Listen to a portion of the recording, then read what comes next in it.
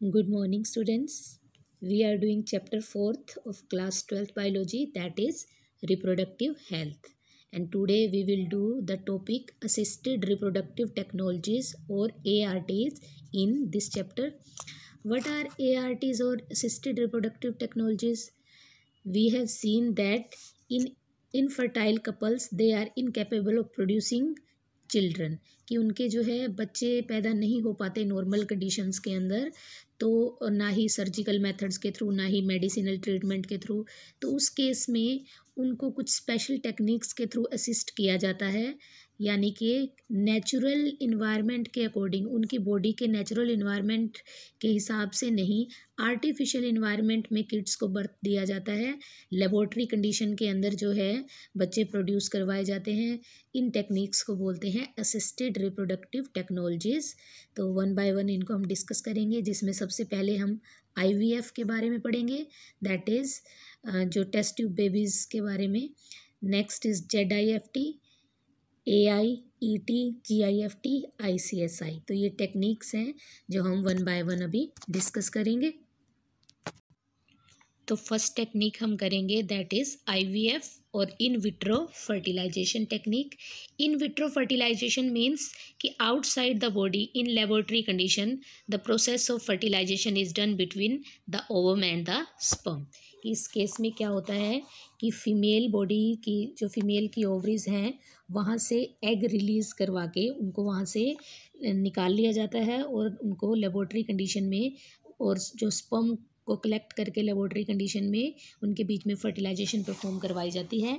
और laboratory condition में ही zygote की फॉर्मेशन होती है, जो बाद में डिवाइड होके ब्लास्टोमियर्स बनता है, और वो ब्लास्टोमियर स्टेज में फिर उसको ट्रांसफ़र करवा दिया जाता है या तो फैलोपियन ट्यूब के अंदर या यूट्रस के अंदर। तो ये पूरी प्रोसेस हम देखेंगे कि कैसे सबसे पहले तो ओवरी में ज़्यादा अमाउंट में एग प्रोड्यूस हों, इसके लिए हार्मोनल इंजेक्शन लगाए जाते हैं, हार्मोन दिए जाते हैं ओवरी के अंदर ताकि एग की प्रोडक्शन ज़्यादा हो।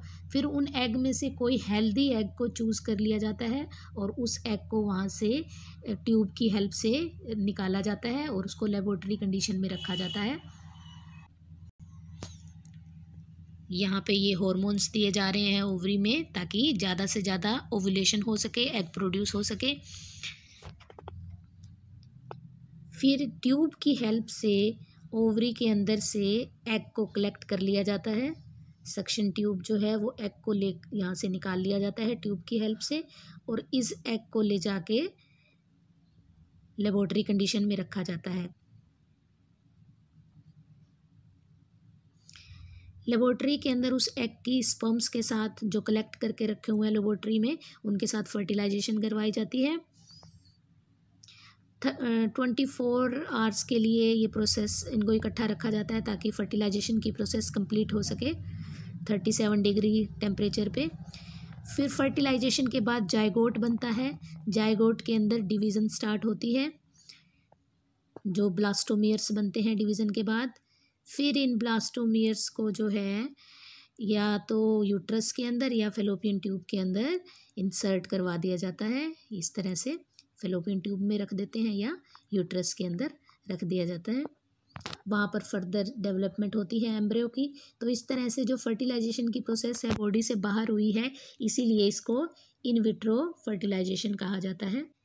IVF टेक्निक्स के थ्रू पैदा हुए बच्चों को टेस्ट ट्यूब बेबीज़ भी कहा जाता है। और सबसे पहला जो टेस्ट ट्यूब बेबी था that was baby Louise Brown in 1978। England के अंदर जो फर्स्ट टेस्ट ट्यूब बेबी बनी थी लुइस ब्राउन। और इंडिया के अंदर 1978 अक्टूबर में कोलकाता के अंदर first test tube baby produce हुई थी, that was Durga. Next technique is ZIFT, ZIFT, that is zygote intrafallopian tube transfer. तो ये जिफ्ट की सबसे पहले हम फुल फॉर्म ही देख लेते हैं, जाइगोट इंट्राफेलोपियन ट्रांसफ़र।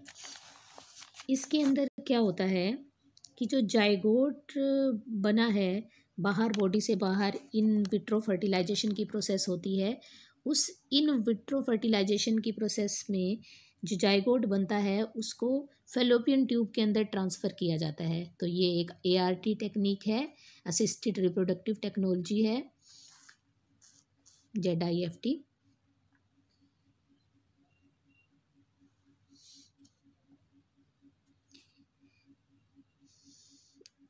तो ये ZIFT टेक्नोलॉजी के अंदर सबसे पहले लेबोरेटरी कंडीशन के अंदर जो है मेल गैमीट और फीमेल गैमीट जो है उनके बीच में फर्टिलाइजेशन करवाई जाती है।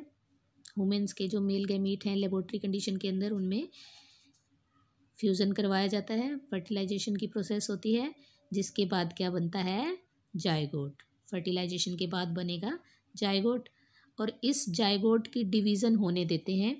जाइगोट पहले 2 सेल में डिवाइड होगा, फिर 4 में, फिर 8 में। अगर तो जाइगोट 8 सेल स्टेज में है, अगर जाइगोट जो है वो 8 सेल स्टेज में है या 8 सेल से कम है तो उसको फेलोपियन ट्यूब के अंदर फिट कर दिया जाता है। ये नॉर्मल फर्टिलाइजेशन दिखाई जा रही है कि अगर नॉर्मली एग ओवरी से प्रोड्यूस होता है बॉडी के अंदर, तो बाहर से स्पर्म लाके उसकी फर्टिलाइजेशन अंदर होती है फेलोपियन ट्यूब में, फिर वो यूट्रस के अंदर इम्प्लांट हो जाता है। ये तो होता है कि जब इन वीवो फर्टिलाइजेशन बॉडी के अंदर फर्टिलाइजेशन होती है, ठीक है, 9 मंथ के लिए बेबी फिर यूट्रस के अंदर डेवलप होता है।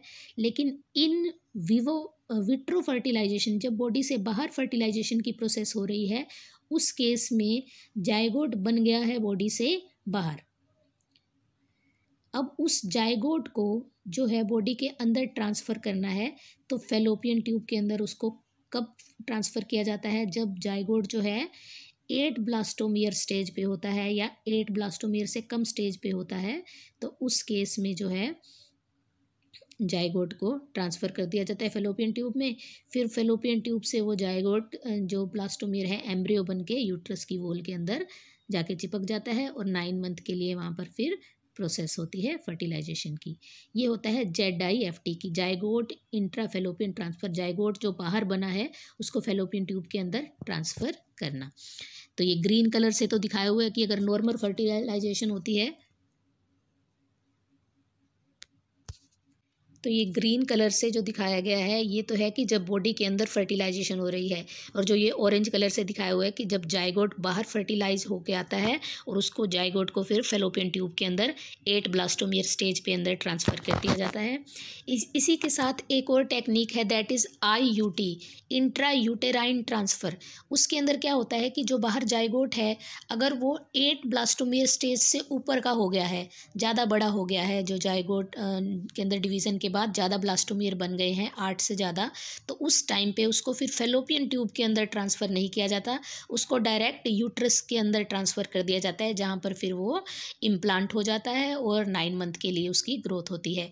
तो ये ZIFT जब जाइगोट को फेलोपियन ट्यूब में ट्रांसफ़र करते हैं, और IUT जब जाइगोट जो है उसको एम्ब्रियो स्टेज पे यूट्रस के अंदर ट्रांसफ़र किया जाता है। नेक्स्ट टेक्निक इज़ GIFT और gamete intra transfer fallopian, gamete intra fallopian transfer की। इस बार जो है जाइगोट का ट्रांसफ़र नहीं हो रहा है फेलोपियन ट्यूब में, गैमीट्स का ट्रांसफ़र हो रहा है, आइदर एग और स्पर्म। ये किस केस में होता है, जब फीमेल्स जो हैं वो, कई फीमेल ऐसी होती हैं उनकी बॉडी अनफिट होती है, उनका यूट्रस अनफिट होता है और दे कांट कंसीव नहीं कर पा रही हैं वो अपनी अंदर जो बेबी को, तो उस केस में क्या होता है, they take the help of surrogate mother, कि किसी दूसरी हेल्दी वीमेन की हेल्प से वो प्रेगनेंसी ऑब्टेन करती हैं। कैसे होता है ये, कि जो सरोगेट मदर है और जो जिसको हम कह सकते हैं कोई हेल्दी फीमेल है, उसके अंदर इस एबनॉर्मल फीमेल के जो एग हैं उनको ट्रांसफ़र कर दिया जाता है फेलोपियन ट्यूब में, और जो मेल है, जो फादर है, उसके स्पर्म को भी वहीं पे ट्रांसफ़र करवा दिया जाता है हेल्दी फीमेल की बॉडी में। तो एग और स्पर्म जो हैं किसी दूसरे की फेलोपियन ट्यूब में इस तरह से ट्रांसफ़र करवाए जा रहे हैं, क्योंकि जो वीमेन थी, जो फीमेल थी, वो कंसीव नहीं कर पा रही थी, इसलिए उसको किसी दूसरे की हेल्प की ज़रूरत पड़ रही है। तो इस तरह से जो हेल्प करती हैं उनको बोला जाता है सरोगेट मदर्स। तो वहाँ पर फर्टिलाइजेशन की प्रोसेस होती है, तो उस प्रोसेस में एग और स्पर्म को जो है फेलोपियन ट्यूब में ट्रांसफ़र किया जाता है, यानी गैमीट्स को ट्रांसफ़र किया जाता है। फर्टिलाइजेशन की प्रोसेस फिर फेलोपियन ट्यूब के अंदर होती है और उसके बाद यूट्रस के अंदर बेबी इम्प्लांट हो जाता है जाके, और पूरी 9 मंथ के लिए फिर जो है प्रोसेस होती है। ये था GIFT, जिसमें गैमीट ट्रांसफ़र होते हैं यूट्रस के अंदर।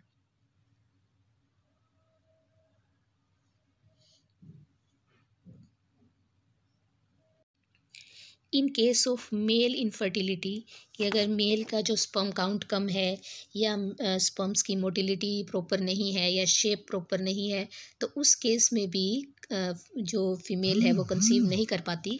तो इन दैट केस जो टेक्निक यूज़ की जाती हैं, एक तो है ICSI, इंट्रासाइटोप्लाज्मिक स्पर्म इंजेक्शन, कि इसमें क्या किया जाता है, बॉडी से बाहर ही जो डॉक्टर्स हैं वो एक स्पर्म के साथ एग की फर्टिलाइजेशन करते हैं। और ये श्योर टेक्निक है कि श्योरिटी होती है कि स्पर्म ने एग को फर्टिलाइज किया ही है। तो इस टेक्निक को बोलते हैं इंट्रासाइटोप्लाज्मिक स्पर्म इंजेक्शन।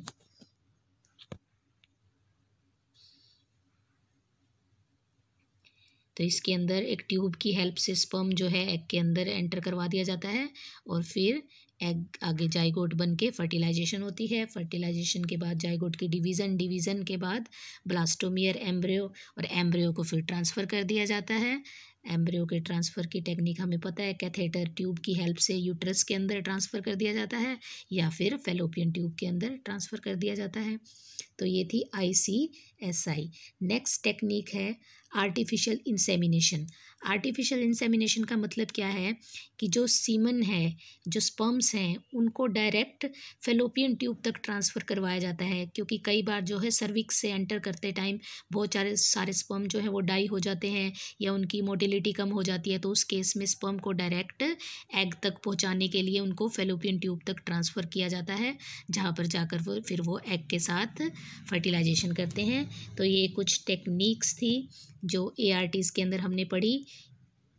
तो इन ART टेक्निक्स का फ़ायदा तभी हो पाता है कि जब किसी प्रिस्क्राइब्ड अच्छे डॉक्टर से ये टेक्निक्स जो हैं वो करवाई जाएं।